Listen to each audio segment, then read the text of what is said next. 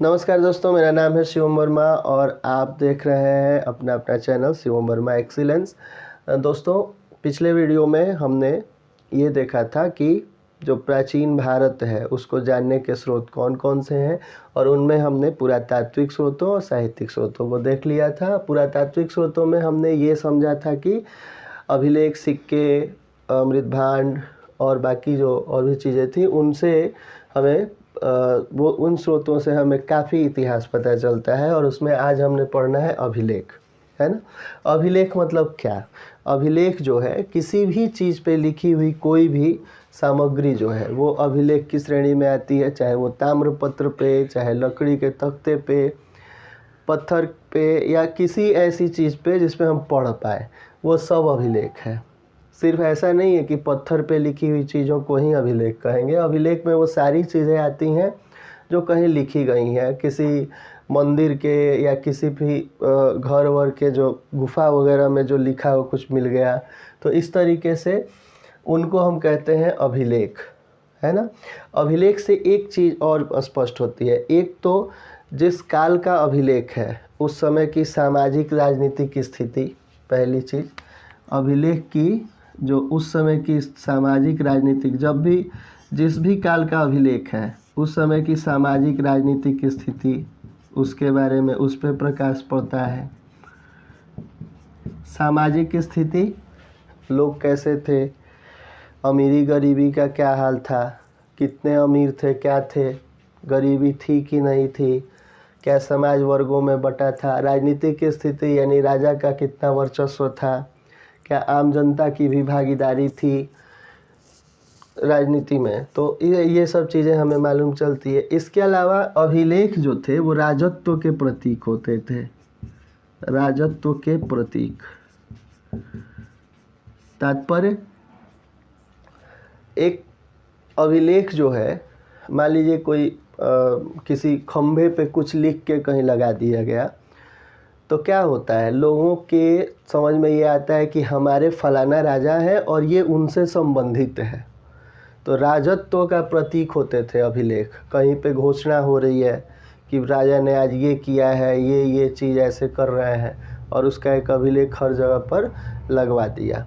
तो लोगों के दिमाग में जो है ये एक साइकोलॉजिकल इफ़ेक्ट डालने का काम भी करते हैं अभिलेख, है ना। आजकल आप तमाम देखते होंगे, सड़क बन रही है तो वहाँ एक शिलालेख लगा दिया गया कि फलाना सांसद ने आज यहाँ से यहाँ तक रोड जो है वो पीसीसी सड़क ढालने का काम शुरू करवाया, शिलान्यास किया, उद्घाटन किया। तो एक लोगों के दरो दिमाग में जो है वो ये चीज़ बैठाना कि शासन है, और उसको बताने का काम राजत्व के प्रतीक के रूप में अभिलेखों का यूज। दूसरी चीज़, अगर अब अभिलेख मिलते हैं, ये तो दो इम्पोर्टेंट है। अभिलेख मिलने से एक बड़ा फ़ायदा ये होता है कि किसी विशिष्ट शासक के एरिया का पता चलता है। कि अगर मान लीजिए जैसे सम्राट अशोक का सोपारा अभिलेख, तो वहाँ सोपारा से प्राप्त हुआ है, इसका मतलब कि सम्राट अशोक का वहाँ तक शासन था, है ना। वहाँ हम महाराष्ट्र में मिल रहा है, इसका सीधा सा मतलब है कि मगध साम्राज्य, मौर्य साम्राज्य जो है वहाँ तक फैला हुआ था, है ना। या जहाँ भी जिस एरिया से मिल रहा है उससे मिलता है ना, देवनाम पिय पियदस्सी सम्राट अशोक, ऐसे करके अभिलेखों पे लिखा हुआ है। तो अंग्रेज बड़ी कंफ्यूज हो गए। जेम्स प्रिंसेप ने पहली बार ब्राह्मी लिपि को पढ़ा था और पढ़ने के बाद उसमें उसने पाया देवनाम पिय पियदस्सी। अब यहाँ मसला ये था कि श्रीलंका में भी एक राजा था जो देवनाम पिय लिखता था। तो अब इनको लगा अंग्रेज़ों को कि अरे ये देवनाम पिय तो हो सकता है कि श्रीलंका का राजा जो था यहाँ तक शासन कर रहा था, इसलिए उसके अभिलेख यहाँ मिल रहे हैं। लेकिन बाद में ये चीज़ क्लियर हुई कि नहीं, सम्राट अशोक जो थे वो देवनाम पिय पियदस्सी के नाम से जाने जाते थे। नाम मिलता है देवनाम पिय पियदस्सी सम्राट अशोक। इस पर विस्तार से चर्चा करेंगे जब हम मौर्य साम्राज्य पढ़ेंगे। तो एरिया पता चलता है इससे। और जैसे अशोक के जो अभिलेख हैं वो अफ़गानिस्तान के दूरस्थ क्षेत्रों से भी मिले हैं, है ना। तो वो सारा का सारा एरिया सम्राट अशोक के क्षेत्र में आता था। अभिलेखों से सबसे बड़ी चीज़ तो ये क्लियर होती है कि किसी राज्य विशेष की सीमा कहाँ तक थी, उस राज्य विशेष के जो राजा थे वो कहाँ तक राज करते थे, इसके बारे में अभिलेखों से बहुत अच्छे से पता चलता है। ये कुछ विशिष्ट बातें हैं। उसके अलावा युद्धों के बारे में पता चलता है कि किसी राजा ने किसी को किसी युद्ध में हराया तो उसका उल्लेख अभिलेखों में मिलता है, इसलिए अभिलेख इम्पोर्टेंट है। और आज उसी के बारे में हम पढ़ेंगे। एक छोटी सी जानकारी है जिसको आप जान लें कि अभिलेखों के अध्ययन को क्या कहते हैं, है ना। अभिलेखों का अध्ययन जो है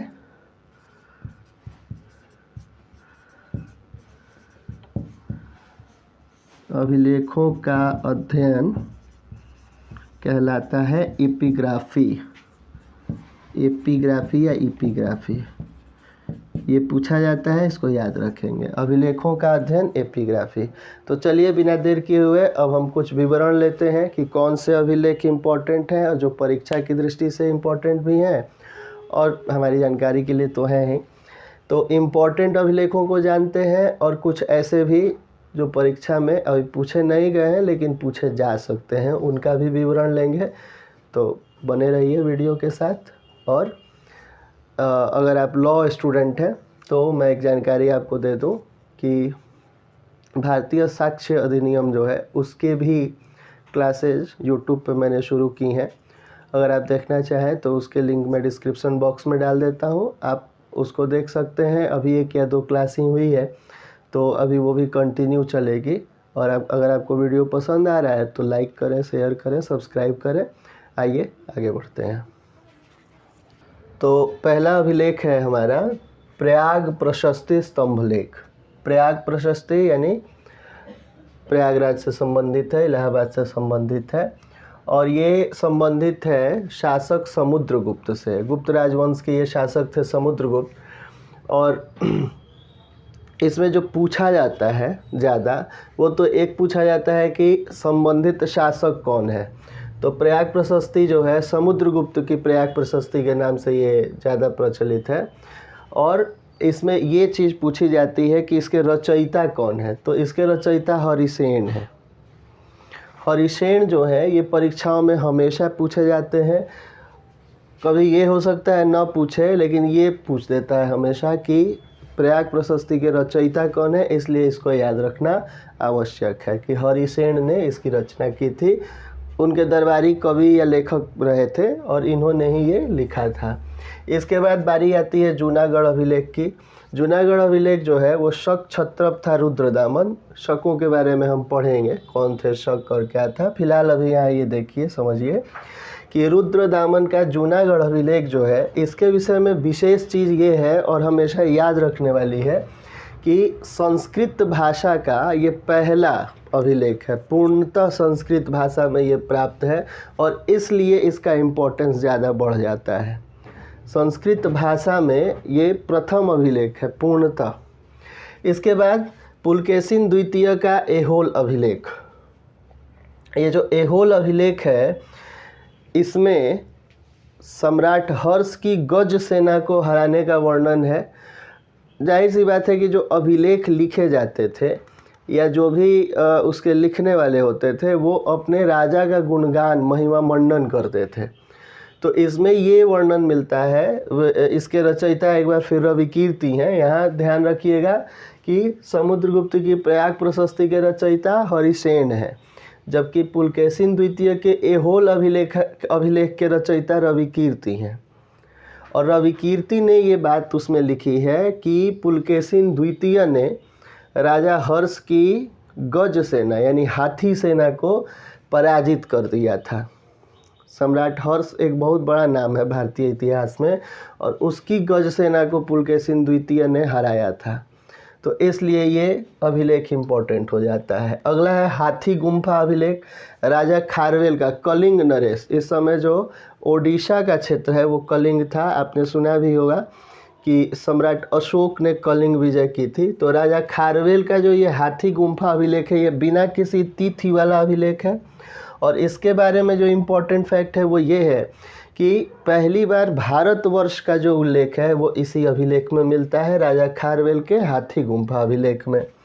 उसके बाद अगली बारी है स्कंदगुप्त के भीतरी स्तंभ एवं जूनागढ़ अभिलेख की। ध्यान रखें, जूनागढ़ अभिलेख यहाँ सेकंड नंबर पे भी आपने देखा था, इससे कंफ्यूज नहीं होना है। जूनागढ़ चूँकि गुजरात में है तो वहाँ से जो प्राप्त अभिलेख हैं उनके बारे में, उनको बताने के लिए यहाँ पे, तो इसको एक साथ याद रखना है। भीतरी स्तंभ एवं जूनागढ़ अभिलेख किससे संबंधित है? तो ये स्कंदगुप्त से संबंधित है। ये भी गुप्त वंश के राजा थे। और इसमें इम्पॉर्टेंट फैक्ट है कि हुड़ आक्रमण जो था, हुड़ जो थे एक तरीके की खाना बदोश जाति थी जो अचानक आक्रमण करती थी और लूटपाट के चली जाती थी। तो हुड़ों के, और हुड़ों को कई बार जो भारतीय इतिहास में राजा हुए हैं उन्होंने हराया है ना। तो हुड़ों को हराने का काम इन्होंने किया था स्कंदगुप्त ने, और स्कंदगुप्त के समय में हुड़ आक्रमण हुआ था, इसकी सूचना मिलती है। ये सीधे सीधे प्रश्न पूछा जाता है कि हुड़ आक्रमण की जानकारी देने वाला अभिलेख कौन सा है? तो याद रखें, भीतरी स्तंभ एवं जूनागढ़ अभिलेख है। इसके अलावा इस अभिलेख से ये सूचना मिलती है कि सुदर्शन झील, इसके पुनर्निर्माण को करवाया था स्कंदगुप्त ने। इसके बारे में, सुदर्शन झील के बारे में एक फैक्ट ये है कि इसको बनवाया था चंद्रगुप्त मौर्य ने। और चंद्रगुप्त मौर्य के एक गवर्नर थे गुजरात के, पर्णदत्त नाम था उनका, नहीं सॉरी, पुष्यगुप्त नाम था उनका। पुष्यगुप्त ने बनवाया था सुदर्शन झील को, और बाद में विभिन्न राजाओं ने इसका जीर्णोद्धार करवाया था। तो इसमें स्कंदगुप्त भी शामिल है, और इसमें ये वर्णन मिलता है कि जो सुदर्शन झील थी उसका पुनर्निर्माण करवाया था इन्होंने, स्कंदगुप्त ने। अगला है नासिक अभिलेख गौतमी बलश्री का। गौतमी बलश्री से संबंधित है। ये सातवाहन नरेश थे। सातवाहन राजा जो थे वो अपनी माताओं को बहुत महत्व देते थे, और उनके नाम के पहले उनकी माता का नाम आता था। जैसे वाशिष्ठी पुत्र पुलमावी या फिर गौतमी पुत्र सातकर्णी, इस तरीके के नाम आपने सुने होंगे। तो गौतमी पुत्र सातकर्णी की उपलब्धियों को बताया गया है। गौतमी बलश्री के समय का नासिक अभिलेख है। गौतमी पुत्र सातकर्णी के उपलब्धियों को बताया गया है। इसमें ये बताया गया है, मैं थोड़ा इस पर दृष्टिपात कर देता हूँ, कि एक क्षत्रप था नहपान। तो नहपान को इन्होंने हराया था, और नहपान के सिक्कों पे इन्होंने वापस से रिप्रिंट करवाया था, अपना जो है मुहर लगवाया था। तो वो सिक्के भी प्राप्त हैं, और इसमें ये वर्णन है कि गौतमी पुत्र सातकर्णी जो है उन्होंने क्षत्रप नहपान को हराया है। तो इसका वर्णन इस नासिक अभिलेख में मिलता है। इसके बाद अगला है खजुराहो लेख। ये चंदेल शासक थे, राजा धंग, बहुत प्रतापी शासक माने जाते हैं धंगदेव, राजा धंग, और इनकी उपलब्धियों का वर्णन है। इसमें एक बहुत बड़ी उपलब्धि जो थी इनकी, राजा धंग की, वो ये थी कि इन्होंने कालिंजर के किले को जीत लिया था। कालिंजर का जो किला था उसके बारे में ये कहा जाता है कि वो अभेद्य किला था। भारतीय इतिहास में कालिंजर के किले का जो स्थान है वो इस तरीके से है कि उसको कोई जीत ही नहीं पाया था। शायद आपने सुना हो कि जो शेरशाह सूरी थे, इसी कालिंजर के किले को जीतने के क्रम में उनकी मृत्यु हुई थी। एक गोला जो है जाके वापस इन्हीं के आके और तोपखाने में गिरा था, और सारे तोपची और वो सब लोग वहीं पे हताहत हो गए थे। यानी उनके जो बम बारूद का जो दस्ता था उसी में आके वापस वो गोला गिर गया और वो लोग ख़त्म हो गए। तो वो कालिंजर का किला जिसको राजा धंग ने जीत लिया था, इसलिए इनका नाम जो है, इसमें खजुराहो लेख में इस बात का वर्णन मिलता है कि कालिंजर के किले को इन्होंने जीत लिया है। इसके अलावा द मोस्ट इम्पॉर्टेंट सोहगौरा और महास्थान अभिलेख। परीक्षा में ये पूछा जाता है कि बताइए कि किन अभिलेखों से अकाल के बारे में जानकारी प्राप्त होती है। तो चंद्रगुप्त मौर्य के समय का ये दो अभिलेख आप देख रहे हैं, एक सोहगौरा गोरखपुर में और एक महास्थान बांग्लादेश में, ये अभी जगह है महास्थान। और ये चंद्रगुप्त मौर्य के समय के दोनों ही अभिलेख हैं, और दोनों अभिलेखों से हमें अकाल की जानकारी मिलती है। सोहगौरा अभिलेख जो गोरखपुर का है उससे मालूम चलता है कि अकाल के समय जो आम जनता है उसके लिए अनाज हमें इकट्ठा करना है और महास्थान अभिलेख में चंद्रगुप्त मौर्य आदेश देते हैं अपने मंत्रियों को कि अकाल में लोगों को कोई कमी ना हो। तो अकाल के बारे में कहा जाता है कि चंद्रगुप्त मौर्य के समय में 12 वर्षों का कठोर अकाल पड़ा था। उसी अकाल के बाद चंद्रगुप्त मौर्य जो है वो उन्होंने संलेखना कर ली थी।